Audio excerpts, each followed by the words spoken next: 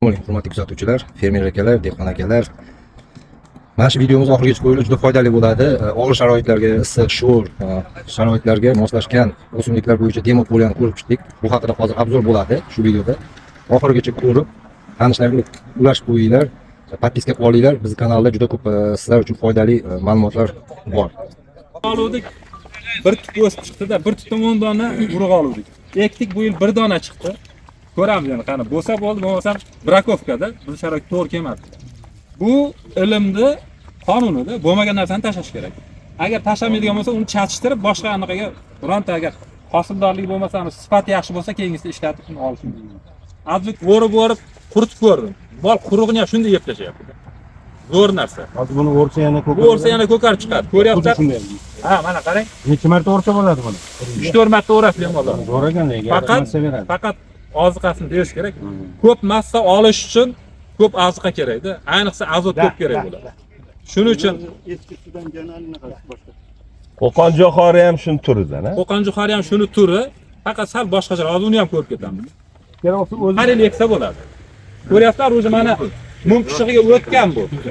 Yana bir 10 kunlarda pishadi-da.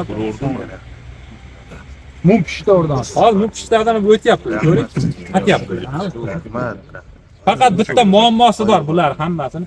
Qush. Chumchuq yeb tashlaydilar. Ko'ryapsizlar, hozir solishtirib ko'rsatiladigan bo'ladi. Hammasini solishtirib.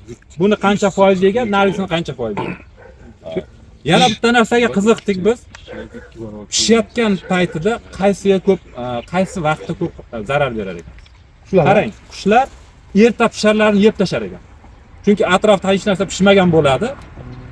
Keyinroq pishadigan o'zi kurmaklar ham pishdi-da. Kurmaklar yeyishi mumkin, bunga kamroq keladi. Mana ko'rishingiz, sal kechroqda buni kamroq yegan. Hozir anta ko'ramiz, hammasini yeb qo'ydi. Shular. Oziqa kam. Doniga ishlatar ekan. Donini chet elda popcorn qilar ekan. Donidan. Buni yomon tomoni bor ekan, agar molga beradigan doni qattiq ekanda mol hazm qiladi. Lekin donni hosildorligi yuqori bo'lar ekan, 3 tonnagacha beradi. Chorvaga ham ishlatadi, poya qilib. popcorn. Popcorn. Donini shu popcorndan qilar ekan, poyasini chorvaga. Ana O'rsa bo'ladimi? bo'ladi, pishmasdan o'rsa bo'ladi, silishsa ham bo'ladi. Faqat bittan muammosi bor, namligida yana. Shuni ko'rish kerak. Qishga chidamlilar ham chiqadi. Chiqadi.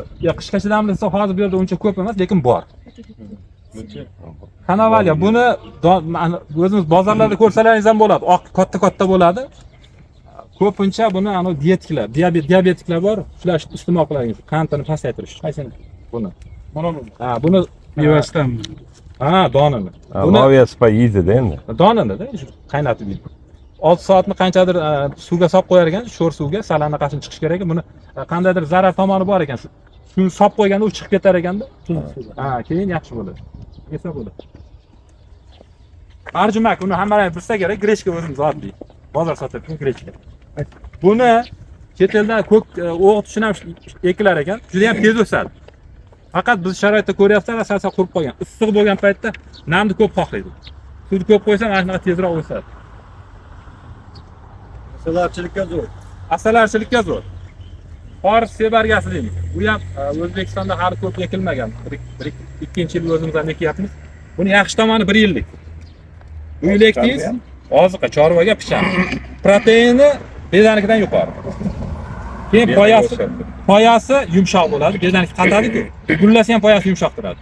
Bahorda urug'i tushib qolgan ekan ozgina joyga, o'sib chiqdi, shunaqa yo'g'on, shunaqa ko'p massa berar ekan. Buni ertaroq ekish kerak ekan. Shu mart oylarida eksa zo'r hosil berar ekan. Bu kecha ekilib qoldi. 1 yilda endi? 1 yillikda. Bezadaqa Yo'q, 1 yilligi yaxshi. 1 yilligi yaxshi-da, qarang. Bug'doy o'rniga Afg'onistonda bug'doy o'rniga ekar ekan, 2-3 ta o'rin qilib olar ekan. Bizda ham shuni qilsak bo'ladi. Yaxshi oraliq vegetatsiya davrida necha kun? Qarang, mart oyida eksangiz sovurguncha yashaysiz. Sovuq urguncha yashaysiz. Sovuq urib ketadi-da shu. Ungacha yashayveradi, o'saveradi. Masalan, oktyabr, noyabrda sovuq urgan bo'lsa, noyabr sovuq uradi-da. 1 gradus urmaydi, 3-4 gradusga o'tgandan keyin uradi. 1 gradusda siyoh rang bo'lib qoladi. Boyagi klever.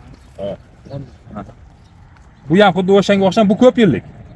Ko'rgan bo'lsalar, bedani orasida o'sib chiqib qoladi. Bor. Xuddi shuni o'zi.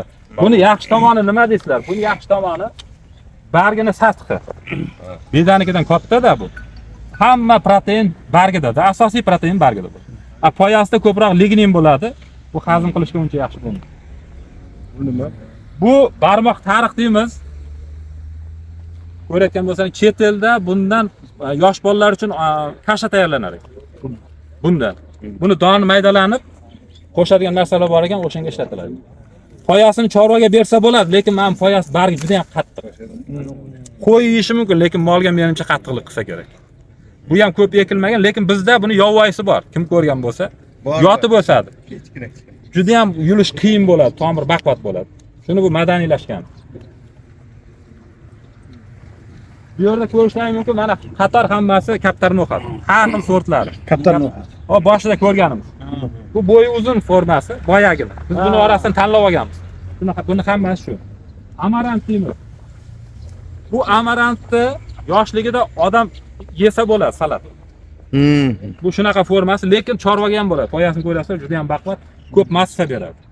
Buni boya maydalab, silsil molga bersa bo'ladi. Bu qurimaydi, qursa yom bo'lib qoladi. Ha, qurimaydi bu. Sho'raga. Sho'ra. Bu ham shuni turidan, bu ham hammasi salat uchun. Chunki buni massasi ko'p emas, odam yeydigan salat uchun bular. Mana ikkita tomoningizda mana so'rgan doni uchun. Mana ko'rishlaringiz mumkin, boyaga aytganim. Ishni ta'siri.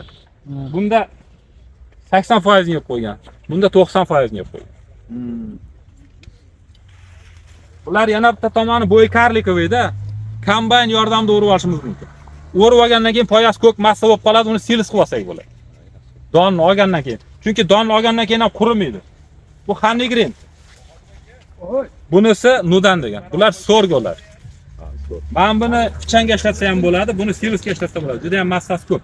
Poyasini ko'ryapsizlar, qanaqa qalin. Buni yo'nalishda qand miqdori ko'p bunida. 17-18% gacha qandi bor. Shirinda bu. Ha, shirin jo'xoriga o'xshayotganda. Shunaqa, ha. O'rsa yana chiqadimi yo'qmi? O'rta yana chiqadi. O'tgan yili Qashqadaryoda so'radik, 4 marta 5 marta urib olibdi. 4 sotik joyidan 4 ta molni yozi bilan uyda boqqanda. Bir chetdan o'rib ketavergan, ikkinchi tomondan o'sib kelavergan. Ha, mana shunaqa.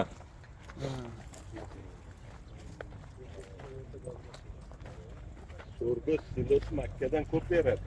Makkadan ko'p beradi, 100 tonna hisobladi. Bunda don yo'q, lekin. Bunda don yo'q, lekin bu yoqlarda donlisi ham bor, silos uchun. Mana buni oysimon loviya deymiz, chirmashib o'sadi. Buni qaynatib, xuddi o'zimiz oddiy loviyaga o'xshatib ishlatsa bo'ladi. Faqat chirmashib o'sadi. Hozir doni pishishga o'tgan, ko'rishlaring mumkin past tomonlarda. Endi bu hammasida dukakli bo'lgandan keyin menimcha bobo yog'lilik darajasi oqsil proteinga boy bo'lgan. Mana shu boyaga mevasini boya inson iste'mol qiladigan bo'lsa, foyasi chorva uchun juda ham o'ta foydali bo'ladi. Chorva uchun o'ta foydali. Yog'lilik darajasi oqsil. Chet elda go'sht qimmat. Ayniqsa Hindistonda mashini ko'p kerak. Bulardagi vegetarian. Ular ko'p dukkakli narsalar yeydi, chunki oqsil miqdori yuqori. Go'sht o'rnini bosadi. Nutritop Star. Bu yog'i gigant. Ko'rishlaringiz mumkin, bu ham juda ham baland bo'ladi. Qaranglar. Hozir bu agar ariqdan suv qo'yib dorini ko'proq berganda bundan ham baland bo'lishi mumkin. Ilk marta cho'ta urib olamiz. Bemalol. Hamma so'rgolar shunaqa. So'rgolar qayta o'sh xususiyatiga ega. Keyin bargini uzoq payt sariq, yashil holda saqlab turish xususiyatiga ega. Bu ham Makka o'xsha ham poya bo'ladimi? Ha, Qurisa 5-6 metr urib ketadi mana. Shunaqa, bu undan ham baland bo'ladi. Boya anokini bitta anaqada ko'rib qoldim YouTube'da. 4 metr atrofida deyapti. Chet elda o'ryapti. Juda ham baland bo'lgan. Massa juda ham ko'p. O'shanda ham ko'k-a? Ko'p bo'lib turadi. Bitta muammosi bor silisda. Badandagi sok miqdori yuqori, namlik yuqori. O'shani to'g'irlash kerak. Buni to'g'irlash uchun somon qo'shish kerak. Ha, tortadi, nam tortadi. Somon bilan qo'shsa yaxshi silis hosil bo'ladi. Namligini to'g'irlaydi.